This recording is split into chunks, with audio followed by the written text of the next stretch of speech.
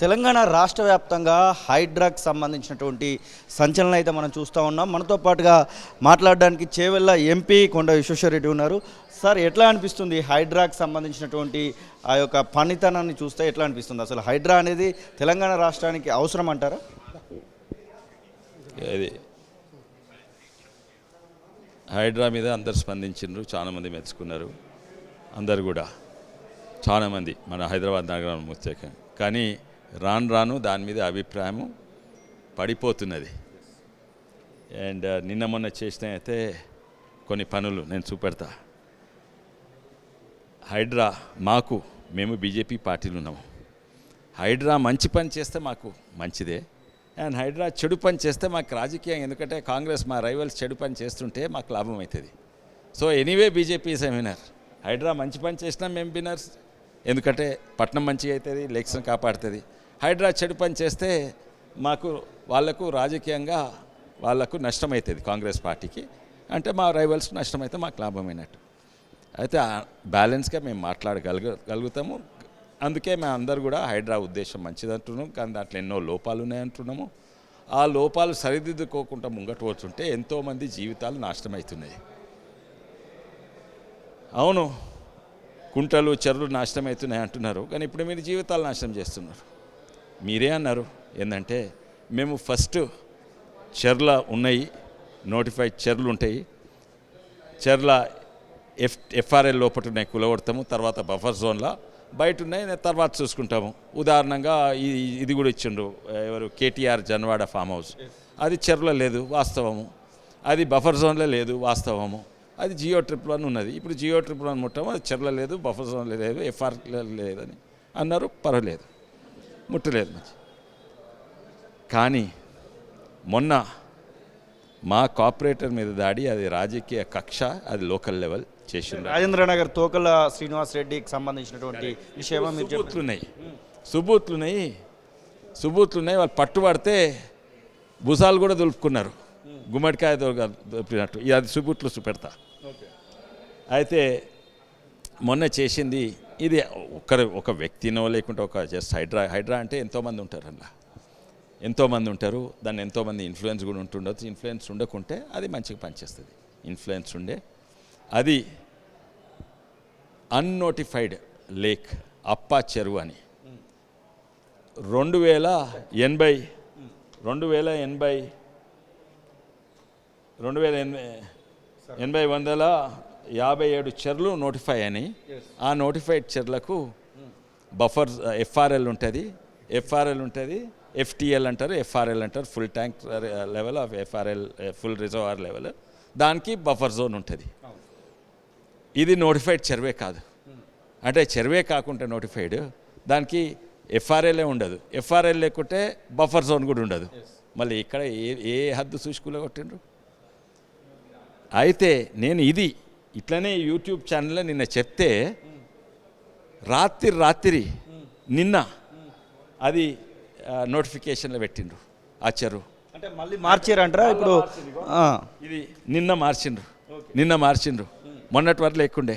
ఇవన్నీ లిస్ట్ ఇక్కడ ఉన్నాయి. 2,857 చెర్లలో లేకుండే. ఇది గగన్ పహాడ్లో 2 చెర్లు. ఆ 2 ఇది 3వ చెరువు నిన్న. అది బ్యాక్ డేట్ వేసి, అంటే ఏమన్నట్టు భుజాలు దులుపుకున్నట్టే కదా, పట్టుబడ్డారు, భుజాలు దులుపుకున్నారు. ఇటువంటివి చేస్తే హైడ్రా మీద అభిప్రాయం అందరికీ తెలిసిపోతుంది. ఇది నాకు ఖచ్చితంగా తెలుసు. నేను ఆ రోజు కూలగొట్టే రోజు నేను రంగనాథన్ గారితో మాట్లాడినాను. ఇట్లా కూలగొట్టండి, నేను ఆపను. కానీ ఫస్ట్ మీరు కూలగొట్టేటివి అన్ఇన్హాబిటెడ్ అంటే స్ట్రక్చర్స్ లేపినారు, అందులో ఎవరు ఉంటలేరు, వాటిని కూలగొట్టండి. చెర్లు ఉన్నాయి, బఫర్ జోన్లు ఉన్నాయి, వాటిని కూలగొట్టండి. లేకుంటే ఎవరైనా మట్టి వేసి ప్లాట్లు చేసుకున్నా అవి వాళ్ళని పట్టుకోండి, ఆ మట్టి తీపియండి, చెర్లను మళ్ళీ కాపాడండి. కానీ ఒకవేళ నిజంగానే చెర్ల ఇల్లు కట్టుకొని ఉంటున్నారు అనుకోండి, వాళ్ళకు మాత్రము అవి తర్వాత చూడండి. అది కూడా వాళ్ళకి నోటీస్ ఇచ్చినాక చూడండి అంటే అట్లే అన్నారు. కానీ మొన్న ఫ్యాక్టరీలో ఫ్యాక్టరీ పక్కకు షెడ్లో ఒక ఆమె ఉంటున్నది. ఆమె లబో లిబో మొత్తుకుంటూ हमारे बेटा को कैंसर है साहब, हमारे बेटा को कैंसर है साहब, अब क्या जाऊँ किधर जाऊँ అంటున్నారు. పక్కకు నడుస్తున్న ఫ్యాక్టరీలో మిషనరీ తీసుకుంటే అందుకు టైం ఇయ్యక ఇచ్చేసిండు. అయితే నేను రంగనాథన్ గారు ఫోన్ చేస్తే అవునా మిషనరీ ఉందా, అయితే నేను తీయమనండి అని అన్నాడు. అయితే నేను చెప్పిన మిషనరీ తీస్తానికి 2-3 రోజులు అవుతుంది, ఎందుకంటే అవి స్టీల్ బ్రాస్ రీరోలింగ్ మిషన్లు. ఒక్కొక్క మిషన్ 1.5 ఉంటుంది, అప్పుడు కొన్నది, ఇప్పుడు 4-5 కోట్లు ఉంటుంది. అది ఫౌండేషన్లు ఉంటాయి, తీస్తానికి 2-3 రోజులు అవుతాయి. అయితే రంగనాథన్ గారు అక్కడ ఫోన్ చేసి చెప్పిండ్రు మిషన్లు తీసుకొని ఆపిండ్రు, 1-2 గంటలు ఆపినాక మళ్ళీ మొదలుపెట్టిండ్రు. ఎందుకంటే కేవలం రా మెటీరియల్ తీసుకుంటే 3-4 గంటలు అవుతుంది, మిషనరీ ఇప్పి తీసుకుంటే అదకు 2 రోజులు అవుతుంది. అయితే మళ్ళీ మొదలు పెడితే మళ్ళీ నేను రంగనాథన్ గారు ఫోన్ చేసిన. మళ్ళీ రంగనాథన్ గారు అవునా ఏం మిషనరీ, ప్లాస్టిక్ మిషనరీ కాదు, ఆ ప్లాస్టిక్ మిషనరీ కూడా ఉండొచ్చు, కానీ మెయిన్ మిషనరీ ఏమో బ్రాస్ ఇంకా కాపర్ రీరోలింగ్ మిషనరీ ఉన్నది, అయితే ఇస్తా అని అన్నారు, చెప్తా అని అన్నారు. అయితే చెప్పండి అక్కడ మల్లికార్జున ఎటైనా సిఐఓ ఎస్ఐ ఎవరో ఉండే పోలీస్ అధికారులు, ఆయన నంబర్ కూడా SMS చేస్తా చెప్తా అన్నారు. అది పని అయిపోయింది అనుకున్నా. నేను తర్వాత తెలిసిందంటే మళ్ళీ 2 గంటలు ఇచ్చి మళ్ళీ వచ్చాను, మొత్తం కూలగొట్టుడే కాక ఆ బుల్డోజర్లు రేకులను కూలగొట్టండి, ఆ మిషనరీ మీదకి ఎక్కించి తొక్కి కొత్తి అంటే ఎట్లుందంటే ఒక కక్షతో చేస్తారు చూడు. కొందరు సాడిస్టులు ఉంటారు కదా, కక్షతో చేస్తారు. అంటే కొంతమంది మర్డర్ చేస్తారు అనుకోండి, ఓసారి గొడ్డలతో నరికితే చచ్చిపోతాడు, కానీ అదే గొడ్డలతో చచ్చిపోయిన శవాన్ని కొడుతూనే ఉంటాడు. అట్లా కనబడ్డది ఆ వీడియో. దాని మీదికి ఎక్కి మిషనరీ కలమట్ 100% ఇది రాజకీయ కక్ష. అండ్ ఈ రాజకీయ కక్ష నేను హైడ్రాన్ అంటే రంగనాథన్ గారు కరెక్ట్ పని చేసిండ్రు, అక్కడ చెప్పిండ్రు. కానీ అక్కడ అనుకుంటే అక్కడ లోకల్ కార్పొరేటరో ఎమ్మెల్యేనో వాళ్ళకు ఉండి ఇది కక్షతోటి కూలగొట్టిండ్రు. ఇటువంటివి చేసిండ్రు, పట్టు అడ్డరు. మీరు చూడండి, ఏజ్ ఓల్డ్ లిస్ట్ కూడా ఉందా? ఓల్డ్ లిస్ట్ ఉన్నది చూపెడతా. నేను ఇవి లెటర్ రాసిన, ఇదంతా ఇవ్వబోతున్నారు రంగనాథ్. ఇది ఆల్రెడీ ఇచ్చేసిన రంగనాథన్ గారికి. నాకు ఫోన్ చేసి మాట్లాడినారు, మీరు ఇచ్చిన పాయింట్స్ మంచి పాయింట్స్ అని కూడా అన్నారు. ఇవి ఏమైనా సజెషన్స్ చెప్పారా, హైడ్రా ఎట్లా పోతే బాగుంటుంది అనే సజెషన్స్? హైడ్రా ఉద్దేశం ఎవరు అడుగుంటలేదు. ప్రభుత్వ ప్రాపర్టీని, ప్రభుత్వ భూములను లేకుంటే చెర్లను కాపాడేది. ఎవరు దీనికి వ్యతిరేకంగా ఉన్నారు. ఈటల రాజేందర్ ఉన్నారు, బండి సంజయ్ గారు ఉన్నారు, మా అధ్యక్షులు కిషన్ రెడ్డి గారు ఉన్నారు, కాటపల్లి ఆలేటి మహేష్, అందరు కూడా రఘునందన్ రావు, నేను కూడా అందరూ అదే అంటున్నారు. కానీ దీన్ని ఎన్నో లోపాలు ఉన్నాయి. పేదోళ్ళ సంగతి ఏంది, వాళ్ళు ఉంటున్న వాళ్ళ సంగతి ఏంది, వాళ్ళకి నోటీస్ ఇవ్వాలి కదా. మీరు ఫస్ట్ ఆ బిల్డర్లు కూలగొట్టండి, బిల్డర్లు కూలగొట్టలేదు. ఇన్ఫ్యాక్ట్ ఎడ్యుకేషనల్ ఇన్స్టిట్యూషన్ కూడా కూలగొట్టవచ్చు. అందులో ఎవరు ఉండరు, ఇక్కడ ఉంటున్నారు.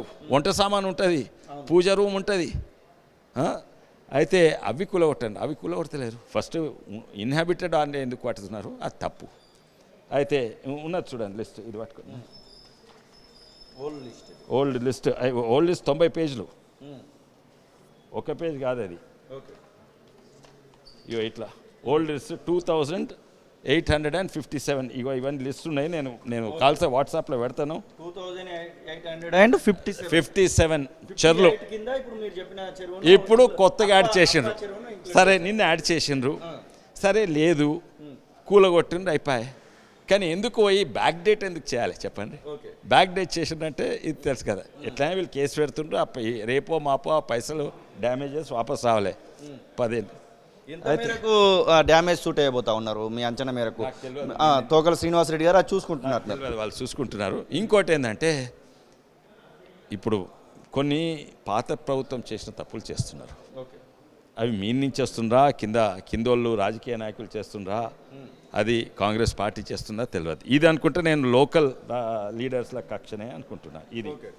ఇది అచ్చా గగన్పాడ్ల 2 లేక్స్ పేర్లు ఉండే, అవేవి అది ఎక్కడ ఉన్నది గగన్పాడ్ల.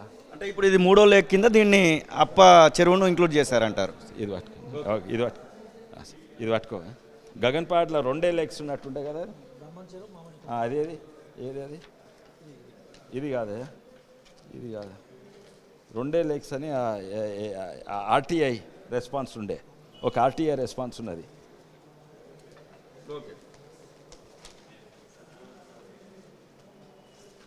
ఆర్టీఏ రెస్పాన్స్ రెండే చెరువులు కన్వర్ట్ అది మీరు రంగనాథ్కు హైడ్రా కమిషనర్ రంగనాథ్కు రాసినటువంటి లేఖలో ఏమేమో మీరు ప్రస్తావించడం జరిగింది ప్రధానంగా?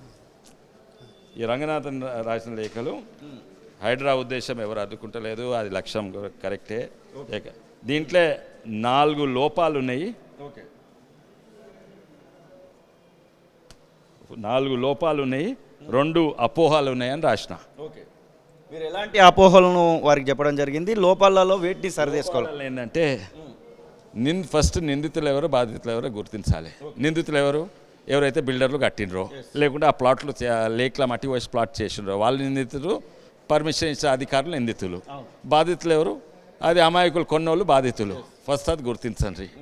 నిందితుల మీద చర్యలు తీసుకోండి. బాధితులది కూడా కూలగొట్టండి కానీ వాళ్ళకు కాంపెన్సేషన్ ఇవ్వండి.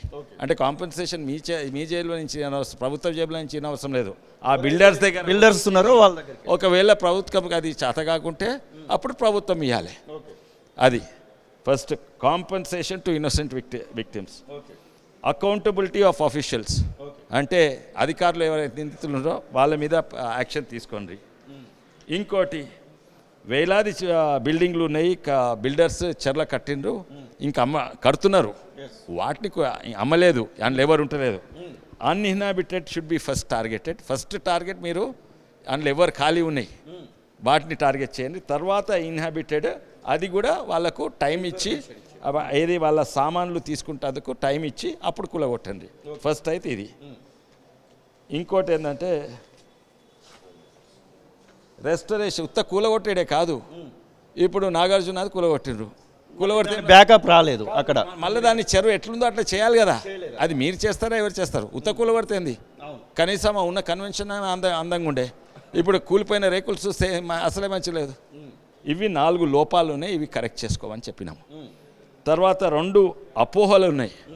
ఒక్క అపోహలు ఏంటంటే ఇది పొలిటికల్ వెండేటాగా ఉండొద్దు.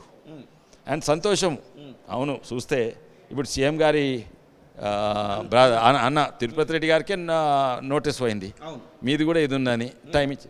తర్వాత ఇదేంది మన పల్లం రాజు గారి కాంగ్రెస్ నాయకుని మీద పోయింది.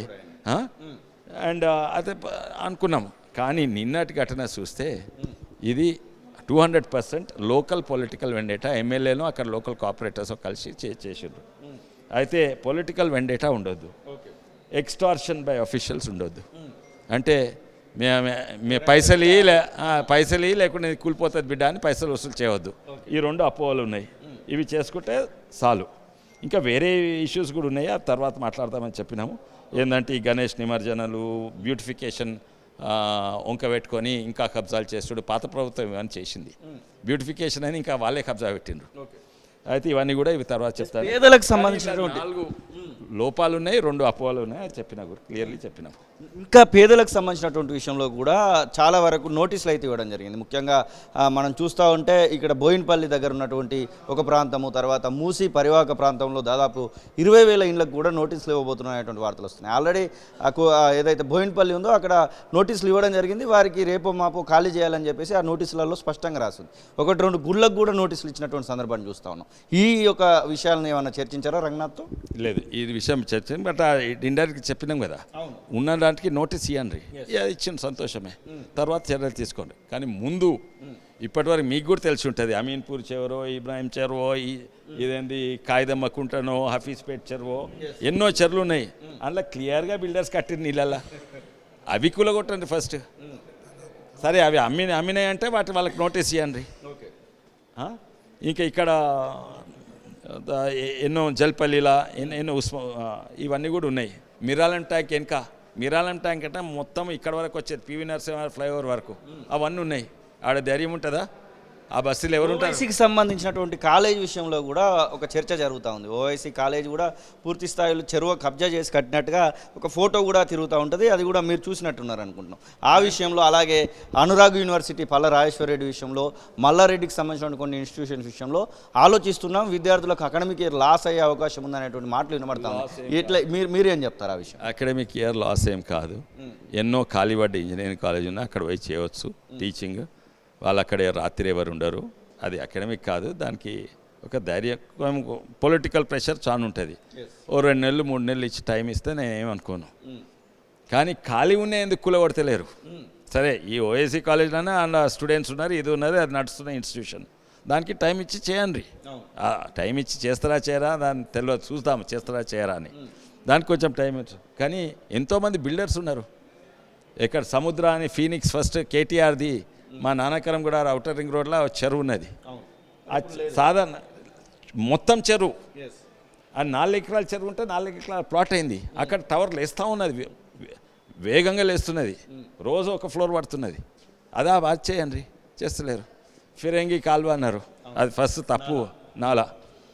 అయితే ఫిరంగి కాలువ చాలామంది మీ న్యూస్ ఏజెంట్స్ కూడా తప్పు. ఇక్కడ సైడ్ ఉంది అది, అది చందన్వేలి నుంచి ఇబ్రాహీంపట్నం వరకు ఉంటుంది. నాట్ జన్వాడలో ఉన్నది ఫిరంగి కాలువ కాదు. మీ న్యూస్ అందరు తప్పు వాడుతున్నారు.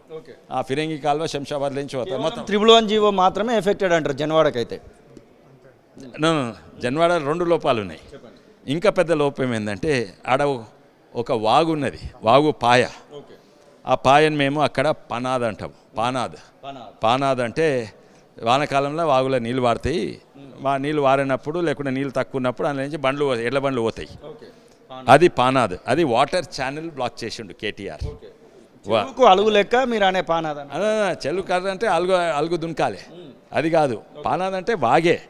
పానాద్ అంటే వాగే, కానీ ఆ వాగు వానలు పడితే నీళ్ళు వస్తాయి. వాగంటే చాలా రోజులు వాడుతాయి. ఇది ఎక్కువ వాడనప్పుడు రోడ్ కాదు, మన దీని తిరిగా బండ్ల బాట తిరిగి వాడుకుంటారు. దాన్ని నింపేసి రోడ్ చేసుకున్నాడు ఫామ్ హౌస్కు. ఇంకా ఇప్పుడు ఉన్న పరిస్థితులలో రేవంత్ రెడ్డి ఒక మాట చెప్తా ఉన్నాడు. తెలంగాణ రాష్ట్రం నుంచి 8 మంది ఎంపీలు ఉన్నారు, కేంద్ర ప్రభుత్వం నుంచి ఒక 5,000 కోట్ల రూపాయలను వరద సాయం కింద తీసుకొస్తే బాగుంటుందనేటువంటి ఒక సూచన చేస్తూ ఉన్నారు, రిక్వెస్ట్ కూడా చేస్తూ ఉన్నారు. మీరు ఆ విషయంలో ఏమైనా చొరవ చూసేటువంటి ఆలోచన ఉంది? ఎందుకంటే ఖమ్మము, సూర్యాపేట, నల్గొండ ఆ ఏరియాలన్నీ కూడా వరదలకు ఎఫెక్ట్ అయినటువంటి ఏరియాలకు కనబడతా ఉన్నాయి, మహబూబాద్తో సహా. ఇది నేషనల్ డిజాస్టర్ డిక్లేర్ చేస్తే వస్తాయి కొన్ని పైసలు. చూడాలి ఎంత ఇది వైనాడ్ స్థాయికి చేరిందా, ఎంతవరకు చేరింది. లేకుంటే చిన్న రిపేర్లు అంటే అంత 16 మంది చనిపోయినారు. చాలా బాధాకరంగా ఉంది. స్పెషలీ ఖమ్మంలో చాలా ఫ్లడ్స్, ఇటువంటి ఫ్లడ్స్ అయితే నేను ఎప్పుడు కూడా చూడలేదు. బాధాకరంగా ఉంది. కానీ ఇది ఇప్పుడు రాష్ట్ర ప్రభుత్వం దగ్గర డబ్బులు లేవా? ఏమనే ఉండాలి కదా, రోడ్లు ఖరాబ్ అయితే రోడ్డు చేసేందుకు. కేంద్ర ప్రభుత్వం నుంచి ఎన్నో నిధులు ఇక్కడికి వచ్చి ఆగింది. డిజాస్టర్ రిలీఫ్ కింద వస్తారా మేము అడుగుతాం. ఇంకా మీరేమన్నా ఆలోచన చేస్తున్నారు? ఎందుకంటే హైడ్రా అనేది బీజేపీ వాళ్ళని టార్గెట్ చేస్తుందనే అటువంటి ఆరోపణలను కూడా చాలామంది చేస్తున్నారు. ముఖ్యంగా తోకల శ్రీనివాసరెడ్డి పైన, అతని ఆస్తులపైన జరిగినటువంటి సందర్భంలో బీజేపీ వాళ్ళని టార్గెట్ చేస్తున్నారు అనేటువంటి మాటలు వస్తూ ఉన్నాయి. అట్లాంటి స్ట్రిక్ట్ కంట్రోల్ ఉండాలి, కంట్రోల్ ఒకరి చేతులు ఉండాలి. దాని ప్రకారంగా లోకల్లో ఎమ్మెల్యేలో వీళ్ళు రాజకీయ కక్ష కొరకు మీరు నేను చెప్పినా వాడుకోకుండా చూడాలి. అండ్ ఇట్లా చేస్తే దాని పేరు అదే వాళ్ళ పేరే బద్నాం చేసుకుంటారు. హైడ్రా పేరు బద్నాం అయితే అది ఇట్ ఈస్ వర్త్ నథింగ్. అదే. థ్యాంక్స్. ఇది కొండా విశ్వేశ్వరరెడ్డి ఎంపీ చెప్తున్న మాటలు. ఖచ్చితంగా హైడ్రాకు చాలా రకాలైనటువంటి సూచనలు నేను చేసినటువంటి మాటనైతే వారు చెప్తున్న పరిస్థితిని చూస్తూ ఉన్నాం. కెమెరా పర్సన్ అజార్తో కలిసి శ్రీనివాస్, తొలి వెలుగు, హైదరాబాద్. అసలైన తొలి వెలుగు. ఫాలో వాట్సాప్ @తొలి వెలుగు official.